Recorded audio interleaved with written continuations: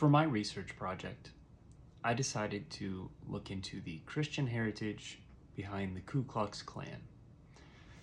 I chose this topic because I'm very interested in the notion that while religion, particularly Christianity, has been used to enact lots and lots of positive change throughout the history of the United States, there have also been instances where it's been used to enact negative changes or to motivate negative movements.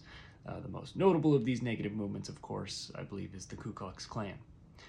So, to begin this research, I looked into some more broad histories of the Ku Klux Klan, referring to sources such as Eric Foner's A History of Reconstruction and David Chalmers' Hooded Americanism.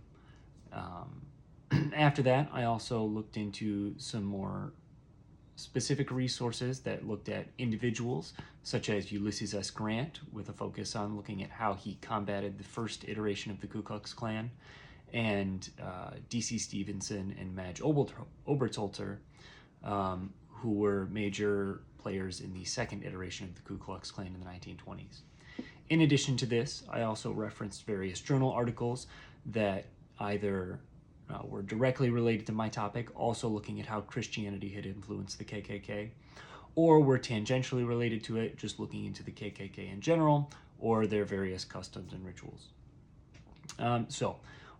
In putting together my research paper, I first start with an overview of the Ku Klux Klan, its history, the history of the first iteration, and some of the main events that happened during that time, as well as an overview of the second iteration of the Ku Klux Klan and some of the main events that happened at that time, how it started and how it eventually declined.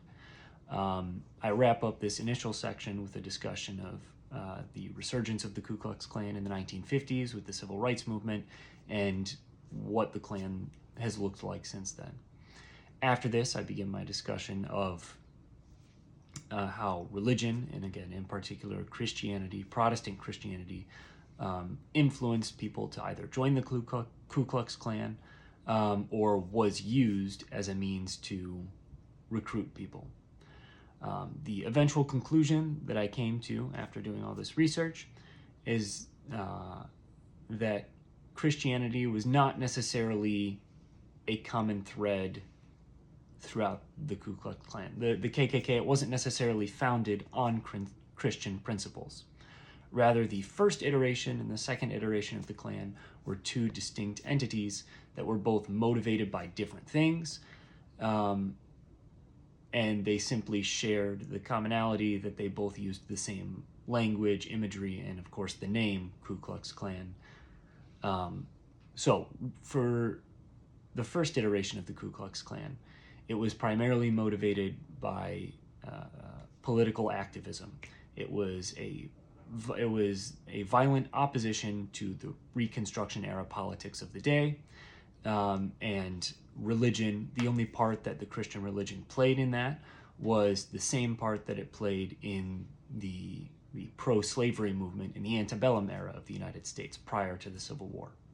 However, with the second iteration of the Ku Klux Klan, Christianity played a far more prominent role in this iteration. However, again, it wasn't necessarily that it was Christian principles that inspired the ideas of the Ku Klux Klan, but rather Christianity was used as a recruitment tool. It was used as a vehicle to accelerate the goals of Ku Klux Klan leaders who were only interested in gaining wealth and power and influence over people in the area.